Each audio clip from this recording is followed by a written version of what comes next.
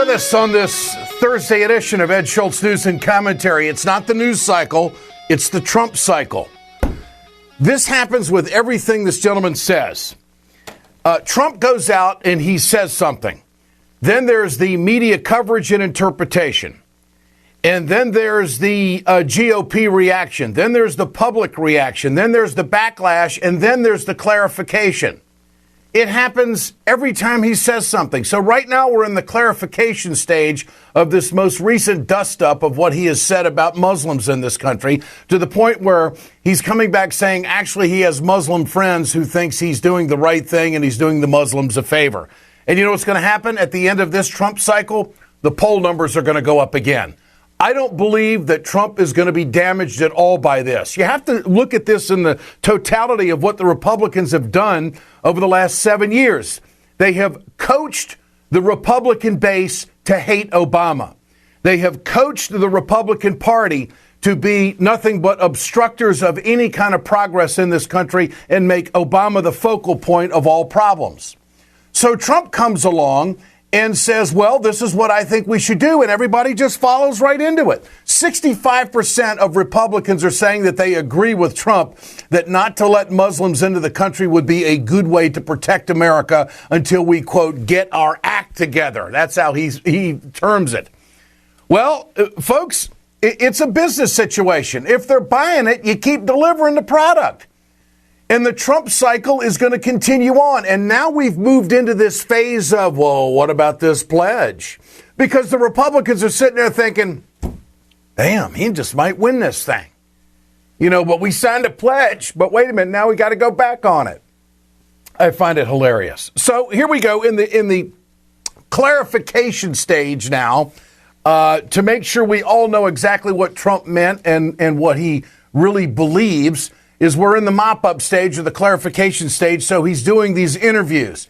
Who doesn't want to interview Donald Trump right now? Everybody does. Everybody wants to know how he's going to manage this, keeping Muslims out of the country until we, quote, get our act together. So he sits down with CNN and says this. Let's talk about this proposal, right? You adjusted it slightly so that it would say that you would let American Muslims who are traveling overseas return to the country. This doesn't apply to U.S. citizens? It never did. From day one, it never did. I don't know why people thought it did. This applies to people coming into the country, and all it is a break till our politicians, who are grossly incompetent, by the way, can get their act together. So what about foreign diplomats or people from Muslim countries who are coming into the country? Certainly exceptions can be made. I mean, you're not going to say you can't come into the country. And the one thing people didn't pick up, at the end of that sentence, it said, until we get our hands around it, essentially, until we find out what the hell is going on, which is the expression I used. Now, I could go quickly, but you know what? It's a subject that has to be discussed. So the clarification is, it's just a subject we need to discuss. He's really not a Nazi, and everybody still wants to talk to him. It's the Trump cycle. There's so many facets to it. He says something, then of course there's media interpretation, and then there's outrage, and then there's GOP reaction, then there's public reaction, then the polls go up, and everybody talks to him. Okay. Now he's saying that the Muslims, his friends, are right behind him. We released three national polls last week. Three polls last week. The national poll, Iowa, New Hampshire. You're ahead by far. And then you release this controversial statement. Why not just sit on your big lead and just let it ride? Because, Don, I have to do what's right.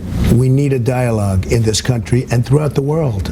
We have a big problem. And as you know, I have many friends who are Muslims. They're phenomenal people.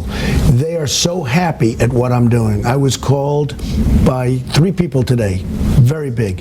They said, you are doing a tremendous service, because unless people are going to be talking about it, it's never going to be so. The public agrees with what I said. They saw those 2 animals last week go out and shoot people, and the husband and wife, the wife came here on a phony visa, on a visa that, frankly, it's disgraceful that she was able to come in, and she probably radicalized him.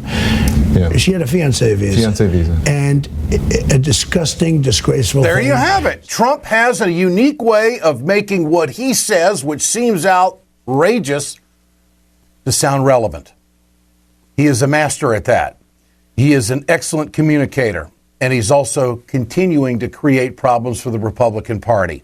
Now, I take issue with Paul Ryan. Paul Ryan, the Speaker of the House, says that this isn't conservatism. This isn't the Republican Party. This isn't America. Well, then why is it that 65% of Republicans agree with Donald Trump? You see, Trump is giving the Republican Party an opportunity to look normal. He says it's not American.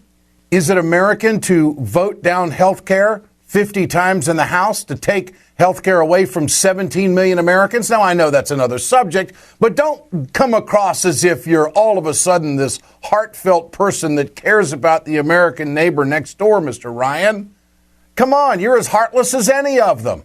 The Republicans are still the Republicans. They're all about privatization. They're all about profit. They got nothing to do with people. And they don't even know where their people are. The Republicans are with Trump on this. Yet the leadership is trying to distance themselves from them. They got some identity problems. There's no question about that. All right, so now we go to the point of contention, which is now the pledge. Oh, my God. What's going to happen here? All of these Republicans were asked in a debate to raise their hand. All of these Republicans were asked if they'd sign a pledge. Here's John Kasich trying to weasel out of it. I signed a pledge. That's why you have to be careful what pledges you sign, that I would support the Republican nominee. Now, look, is it possible that you change your mind? Yeah. It takes something extreme to do it. But I will tell you, sir, there's no way that Donald Trump's going to be president. And that's exactly what they said about Barack Obama, who, when he announced in February of 2007, only 18% of African Americans in this country knew who the hell he was. And I'm sure that the poll numbers coming out of New Hampshire certainly don't favor Bernie Sanders. Well, they do, by 10 points. You don't know what's going to happen. The horses are just getting the gate. Nobody's running yet. The fact is, we still got a long way to go. And Iowa doesn't hang the moon. It's one state. It's a caucus state. It's a beginning benchmark, but it's not the end of the line. And so there's a lot of water that has to go under the bridge. And for these Republicans to come out this early being worried about whether they're going to live up to their pledge just underscores that they know the power of Trump. They know the Trump cycle, and they're starting to come to the realization they probably won't be able to defeat him. When we come back, cool, country origin labeling and the World Trade Organization delivers a big blow to American producers. That's next on Ed Schultz News and Commentary. Stay with us. Hey, folks, you've heard me talk about BioGreen Clean. I'm going to show you right now on my airplane just how tough this is. I want you to keep in mind, chemical-free, 100% plant-derived, biodegradable. It is the safest cleaner that you can get, and it's the most effective. Go to our website, wegoted.com, or go to biogreenclean.com. www.biogreenclean and order today. It's time to continue our conversation about mechanical insulation. Mechanical insulation is for the piping systems in our nation's commercial and industrial facilities. Facility owners are burning up billions of dollars through the lack of mechanical insulation on these piping systems. Call the iSave team. Insulation saves America valuable energy, and this team of energy conservation specialists is shovel-ready to save you money. Visit iSaveTeam.org to have a specialist give your plant an energy audit. Good to have you back with us on Ed Schultz News and Commentary. The other day on my Facebook, I posted a Give Me a Minute talking about the World Trade Organization and what they have done to the United States and producers. Years ago in the Farm Bill, we had country origin labeling put in. In other words, the food would be labeled. The beef and pork and chicken would be labeled in your grocery store because it would help producers. It's a food security issue. Well, of course, some other countries, such as Canada and Mexico, have complained vehemently about it, filed a complaint with the World Trade Organization, and now this international tribunal is telling the United States that we are facing $1 billion in sanctions and fines if we don't fix this. For more on this, let's turn to President of the National Farmers Union, Roger Johnson. Roger, good to have you back with us. Good to be with you, Ed. It's quite a deal, isn't it? Well, it really is. It's basically an outside organization telling the United States, this is what you're going to do, and this is what's going to happen. How else do we interpret that? You know, there's really not a good other way to interpret it. And if you want to really understand how bad it is, the tribunal that found against us was chaired by a Mexican national who used to work for the Mexican government as a trade official. And so you have these private sector folks. This is basically multinational corporations that in many ways run this dispute resolution system at the WTO and overrule sovereign laws of nations like ours. And it's just wrong. And, cool isn't just about the producers and about national security. It's about consumers. Consumers by 90% plus margins over 10 years of data show they want to know. They want to know more and more about their food. They support this law. Well, that is the key. When you go into the grocery store, over 90% of Americans want to know where their food's coming from. This strips down that barrier, and it also greases the skids for the Trans-Pacific Partnership, the next deal that the president is pushing. That beef could be from Vietnam and have a USDA stamp on it, and it wouldn't mean anything. You wouldn't know what quality of beef you're getting. Yeah. In fact, if the Congress repeals this law, and so far the House of Representatives has already done that, and not only did they repeal what the WTO found against, which was beef and pork, they repealed poultry, ground beef, and ground pork. So they went way beyond even what the WTO found. So if Congress does that, if they repeal it and stick it on the omnibus, which is the conversation that's happening right now, we will be back in a situation where a multinational meat company can bring an animal in from anywhere in the world, slaughter it here, put a made in the USA label on the meat that comes from it, and peddle it as a U.S. product. And in this next And in this next trade agreement, there's going to be quotas that we are going to have to accept a certain amount of their agricultural products, aren't we? That may be true. I'm not sure about the quota piece. You probably know that better than I do, Ed. I do know that the beef deal that we got with TPP is nothing to brag about. Yeah. The biggest access we get is to the Japanese market, and they basically give us about a 2 to 3% increase in what our sales are from year to year. And if we ever exceed that, then they snap back to the 38% tariffs. Okay. So we're right back to where we are today. We're visiting with Roger Johnson, president of the National Farmers Union. This ruling by the WTO smacking $1 billion worth of sanctions is going to force the congressional hand. The representatives are going to put it in the omnibus bill, and they're going to strip cool out. Although the public wants cool. Now, this also sets the table for corporations in the TPP going further to sue in our country if they don't get the kind of results they want. I mean, this is just a slippery slope all the way. This is the United States Congress caving. Now, what recourse could we have to push back on this WTO ruling? That's a really good question because there's not much. We as a country signed into the WTO. We agreed to abide by its rules and its rulings. And if we don't, and the president made this statement that there's nothing that these trade agreements are going to, they're not going to change any of our laws. Technically, he's correct. By themselves, they can't change the laws. But what they will do is exactly what they're doing with cool. They put $1 billion sanction on you, and what choice do you have? So what we would suggest that the Congress does is leave it off the omnibus. I mean, the reason the American people are so disgusted with congressional performance is because they don't get anything done all year. And then at the very last minute, on the big omnibus appropriations bills, which if they don't pass, it shuts down the government, they literally tack dozens and dozens of pieces of legislation that they couldn't get through the Congress in regular order. They tack them onto that bill, and then they pass them. And it's that kind of stuff acting in the dark of night is why the American people are so disgusted with this performance. They ought to leave it alone and take it up under regular order and debate it, and they'll find an alternative that makes some sense.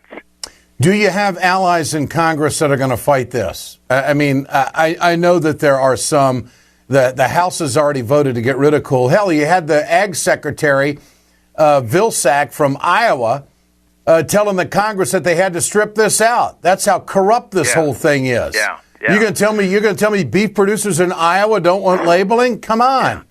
I mean, there is a legitimate resolution to this that would at least say, hey, if you're going to repeal beef and pork, replace it with a requirement on a voluntary label. So no one's required to label, but if they do label, they cannot label a product as a product of the U.S.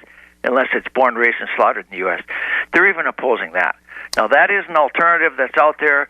I would say the chances of that getting attached to the omnibus are not good, but it is certainly something that they could do if they wanted to attach something to the omnibus that is not so crazy offensive to the American people. Roger Johnson, always great to visit. Keep up the fight, my friend. I appreciate your time. Good to be with you, Ed. You take care. You bet. President of National Farmers Union, Roger Johnson, with us. When we come back, Joe Sestak joining us. He, of course, is running for the United States Senate, joesestak.com. He'll have some reaction to Donald Trump's proposal about dealing with Muslim immigrants and a ban that he wants to have on them entering the country. That's next. Stay with us. We perpetuate a culture of crime all the way from Wall Street right down to the main street in our hometowns. It's worse than it has been since FDR took control of the problem and said we can't count on industry taking care of the American labor. They probably have already engaged into some type of criminal cover-up, and the law prohibits the government from even doing anything about it. Catch America's lawyer Mike Papantonio on YouTube at youtube.com/GoLeftTV. So Donald Trump wants to be the commander-in-chief of the United States. As we fight terrorism around the globe, one of his ideas, which has gotten a firestorm of coverage and criticism as of late, is to keep Muslims out of the country temporarily until our representatives, quote, figure out what the hell is going on. But how would this affect the military? What would this in any way put us in a very ominous position with countries that were trying to get on board to fight ISIS? For more on that, let's go to Admiral Joe Sestak. He is running for the United States Senate in Pennsylvania. Joe, good to have you back with us. Good to be with you, Ed. Thanks. What do you anticipate the military reaction to this being, that we start picking and choosing human beings who can come into the United States when we're trying to really embrace the Muslim world, the Arab world, to fight ISIS? The military will, obviously, as always, keep its mouth shut and keep stepping forward. But its leadership will actually have it very consciously in their minds, because a lot of what we do at the top level in the military is do the engagement with leaders of these countries that at times our men and women walk through. For example, when the Arab Spring was happening, and if you remember, Egypt was going down in some very difficult ways, and the military was about to impose a dictatorship there, it was the president turned to our military leaders to talk with them. We do the same thing in Pakistan. General Zinni, retired, would go out and talk with them. The chairman of Joint Chiefs of Staff would talk with them, because the militaries in these countries often control so much. And so our military leaders aren't being helped by this at all, because when you have someone who could potentially, let's hope it's not going to happen, become the leader of the United States as commander-in-chief like Donald Trump wants to be, and he's saying no Muslims, my gosh, of course it makes a significant problem. And on a lower level, well, we all know that idea is to actually inflame people. Yeah, does it make a problem? You bet it does. So this was really a tunnel vision by Donald Trump, not realizing the global ramifications that we are attempting to be a global partner with the Arab world to fight ISIS. And it's kind of tough to go in militarily and negotiate or work out some type of coordinated effort when you come from the position, by the way, we're not letting people of your faith into our country for a while until we get it together. It just, I don't know how you get around that. You said it well, Ed. Look, President Clinton talked about what leadership is, to elevate the condition of men. Leaders are supposed to be rising people to a higher level. Donald Trump, all he does is prey upon concerns, at times fears of people. He doesn't higher expectations. He lowers our character by actually denigrating and playing to the most base of motives.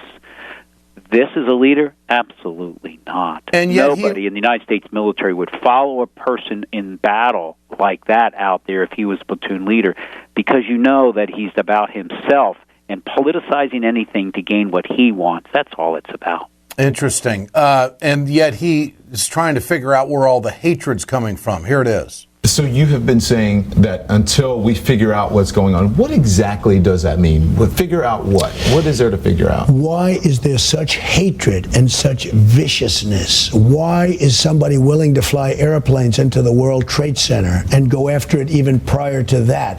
They failed, although they did tremendous damage by any normal standard. And then after they failed, they went and they actually took airplanes into the World Trade Center. Where does this hatred come from? Why does it come? We have to figure it out because we have problems. So when you surveil the mosques, I took a lot of heat for the surveillance of the mosques. Well, now other people are saying, well, we have to surveil the mosques.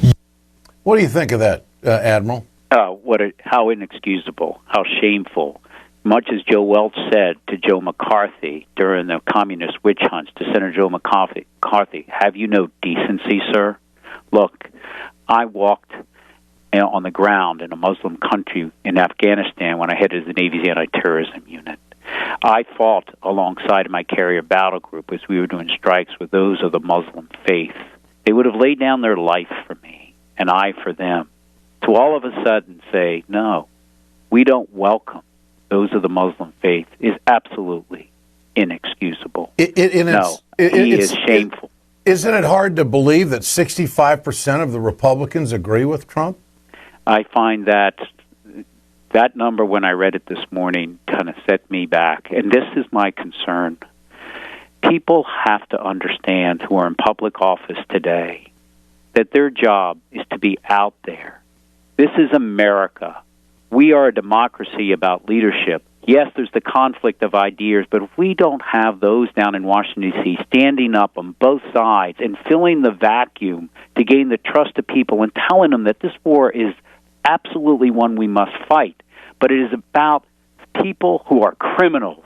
It is not about a faith, and we will have a false prophet, someone who wants to shame our best character, actually filling that void. If there was a time for leadership, it's now, and we don't have enough of it right now. And unfortunately, Trump is filling the air. Admiral Joe Sestak, you can find him at Joe Sestak, Sestak, and that is .com. JoeSestak.com, running for the United States Senate in Pennsylvania, spent 30 years in military intelligence, Admiral in the Navy. Admiral, good to have you with us, always. Good to be with you. Have a great day. You bet. You too. When we come back, Dean Obeidallah will join us, Sirius XM radio talk show host. What are his listeners saying about Trump? That's next. From the steel mills of Pennsylvania to the auto factories of Michigan to the modern makers movement, manufacturing makes our nation great. I'm Scott Paul, president of the Alliance for American Manufacturing. We bring business and labor together to advocate for policies that everyone can agree on. Together, we can strengthen manufacturing and create good-paying American jobs. Help us keep it made in America.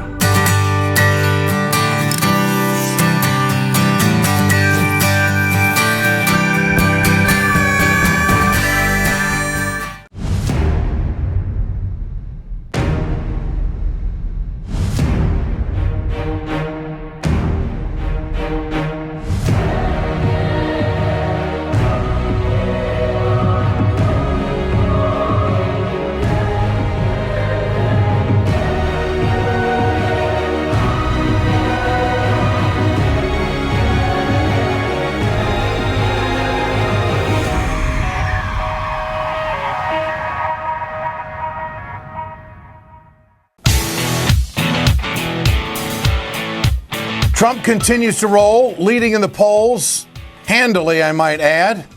Not in some places, but everywhere, state polls and national polls.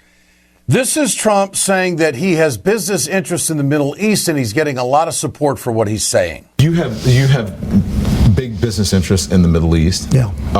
People are wondering, why are you continuing to do business in the Middle East if you have such concerns? Because I have great relationships with people. And I love the Middle East. I love the people of the Middle East. But are you worried about your bottom line being affected by the policy that you're proposing? Look, maybe it will be. Look, that's one of those things. What I'm doing now is far more important. And I'm talking about for the Muslims. Mm-hmm. I'm doing good for the Muslims. What I'm doing now is far more important than any particular business I have in the Middle East.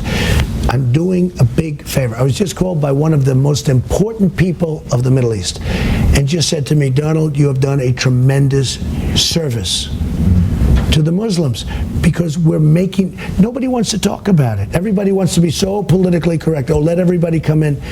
We have a problem, and the problem has to be solved. Dean Obeidallah, Sirius XM radio talk show host and Daily Beast contributor, joins us here on Ed Schultz News and Commentary. Well, Dean, big favor and doing a tremendous service. Your reaction to that? I'm not sure who he's doing a service for, not even for his own campaign. If you look at the poll numbers that came out, yes, within the GOP, according to a Bloomberg poll from yesterday, 65% of Republicans support what he's doing. But among all voters, it's completely negative. He's united Republicans to do something I never thought was possible. They stood up, from Paul Ryan to Dick Cheney to Jeb Bush. They stood up for Muslims. This is unheard of. I've written so many articles about the GOP demonizing Muslims. Who would have thought less than 2 weeks after a terrorist attack on our land by Muslims that Donald Trump's rhetoric is so extreme, he's caused good people to say enough is enough, and we're going to stand up and say this is wrong and you can't demonize Muslims like this. So that's the silver lining to me in all of this. So basically Trump is saying, listen to this, trust me.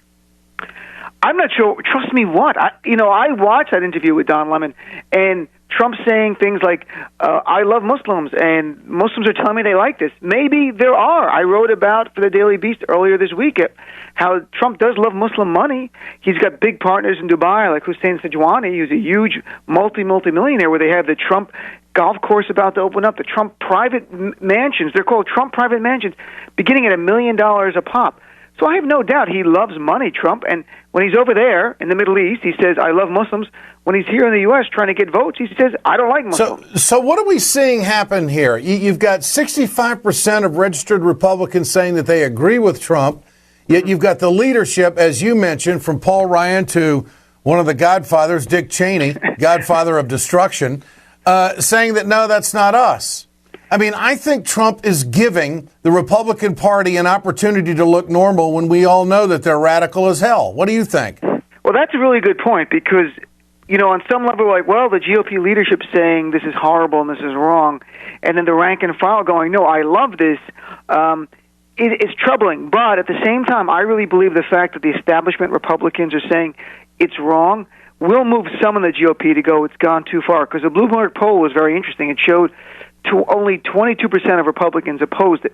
Then they explained to the Republican people they were polling, well, the leadership of your party has come out against it, world leaders have come out against it, and the number of opposition went from 22 to 28%.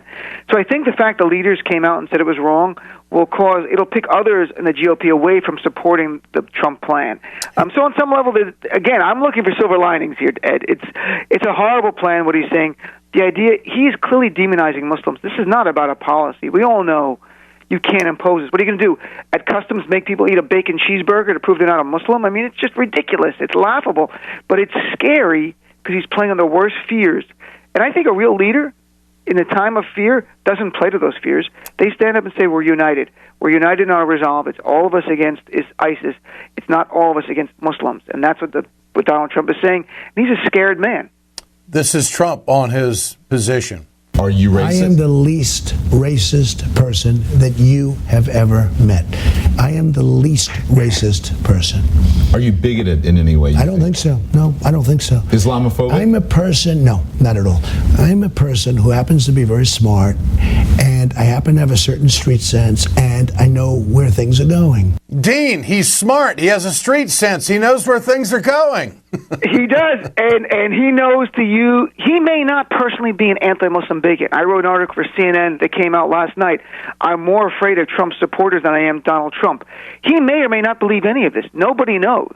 The reality is his supporters do, and he's touching into that. He's legitimizing their fears, legitimizing their hate, and sadly can radicalize and inspire them to commit acts of violence. That's my greatest fear. We saw it in the civil rights movement. George Wallace said segregation today, tomorrow, and forever. There were bombings in Birmingham shortly after that against black churches, against black leaders. It's not a vacuum. We know the history. Politicians' words mean something, and when they're demonizing people, when they're legitimizing hate, the next step could be more than voting. It could be bullets. There's one more political facet to all of this that I think needs some discussion, and that is what Donald Trump is doing is the best thing that ever happened to Hillary Clinton. You know, do you know where Bernie Sanders was yesterday in the news? He was on page A30 in the New York Times. Sanders gets very little attention because Trump is sucking all the air out of the room. And yet there's this conventional political wisdom out there, oh, Hillary's got it. Although there's a poll in New Hampshire showing that Sanders leads by 10%. He's having a hard time getting attention. Got very little attention for going to Baltimore a couple of days ago, talking to the faith leaders there and talking to the leaders of the African-American community. Do we remember what happened in Baltimore? And there's a trial going on there now, Freddie Gray. I mean, Bernie is out there addressing the key issues, getting very little attention because he doesn't, I guess, have the Hollywood swagger or the contemporary swagger, however you want to look at it. But the fact is that his base is still with him. It's still very strong, and I don't think it's a lock for Hillary. Your thoughts? Well, I agree. And that new poll, which showed that Hillary was down by 10 points in New Hampshire, is very interesting a couple of days ago. But Trump has sucked up the oxygen for everyone. When's the last time you heard about Hillary's email server issue or Benghazi or real political policy issues from Bernie Sanders? Trump has dominated the news to a point where we don't talk about anything at all besides this very issue. And it's unfortunate. At some point, the media will become, in my dreams, they'll become responsible like you, covering substantive issues. But they, you know, they're about ratings, they're about clicks, and substantive issues don't get clicks, but this kind of reality show politician world does get a lot of people talking, and they're going to keep covering that, and we'll never hear about the issues until this election is over, perhaps. And that would be scary. Dean Obeidallah joining us here on Ed Schultz News and Commentary. All the best on your show. Thanks, Keep it Ed. going. Thank you, Appreciate Dean. it. Ed Schultz News and Commentary brought to you by Communication Workers of America, Alliance for American Manufacturing, BioGreen Clean, and the iSave team. We're back tomorrow.